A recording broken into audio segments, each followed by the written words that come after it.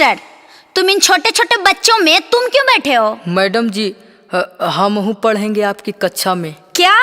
मने की एडमिशन लेने आए हैं। अच्छा, क्या नाम है? लाल बाबू। घर कहाँ है? गोपालगंज। अच्छा, तो कहाँ पढ़ते थे?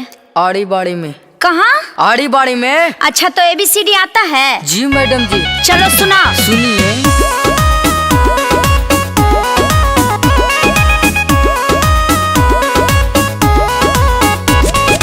ऐसे एप्पल होला मैडम जैसे तोहर गाल हो, बीसे बॉल बुझेलू मैडम जैसे फुटबॉल हो। ओए, ये क्या बकवास पढ़ रहे हो? ऐसे एप्पल होला मैडम जैसे तोहर गाल हो, बीसे बॉल बुझेलू मैडम बड़का फुटबॉल हो। शीशे क्यूट लगेलू मैडम करिया करिया साड़ी में। हाय करिया करिया कहनी होता एगो शायरी याद पड़ गई, सुना दी का मैडम? हाँ हाँ, सुनाओ सुनाओ। काली काली साड़ी में कढ़ाई नहीं होती है।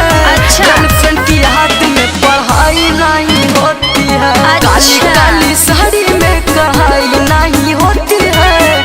गर्लफ्रेंड की हाथ में पढ़ाई नहीं होती है। अच्छा, माने कि तुमको लव चब का भी जानकारी है, गधा कहीं का। पढ़े के बेरा समय बितैला बैठ के जंगल झाड़ी में, घंटा बुझबो ABCD जब पढ़लो यारी बारी में। घंटा बुझबो ABCD जब पढ़लो यारी बारी में। कितना ले गिनती आती है, कितना ले पहाड़ा, दूधे भर बुद्धि न बाड़े पढ़ के भइला पाड़ा। ना मैडम जी, हम बहुते जानते हैं। हाँ हाँ, वो तो दिख रहा है। 100 तक गिनती आती है और पहाड़ा आता है, कैसे छोड़ी पटती है ये सब बड़ा आता है। गधा। डिसेंट आप है मैडम, ग्लूकोज है बाड़ी में। ओहो, तो ग्लूकोजो के बारे में जानते हो क्या? ये मैडम ग्लूकोज परपोज हाइपोज हाउपोज हम सब जानते हैं। अच्छा, तब तो तुम बड़े हेवी ड्राइवर हो। काली काली साड़ी में कढ़ाई नहीं होती है। गर्लफ्रेंड की हाथ में पढ़ाई नहीं होती है। काली काली साड़ी में कढ़ाई नहीं होती है।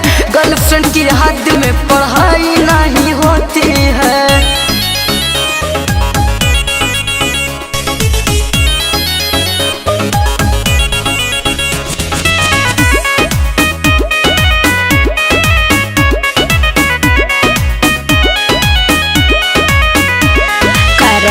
ठीक न लगता है कुछ वो बाबू तुम्हारा, लड़कियों से दूर ही रहना, लड़कों से भाईचारा।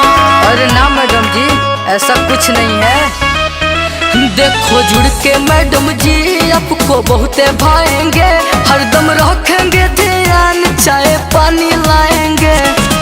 इससे इसको टेंशन नहीं के पापा बड़ी अखबारी में। काली काली साड़ी में कढ़ाई नहीं होती है। गर्लफ्रेंड की हाथ में पढ़ाई नहीं होती है। काली काली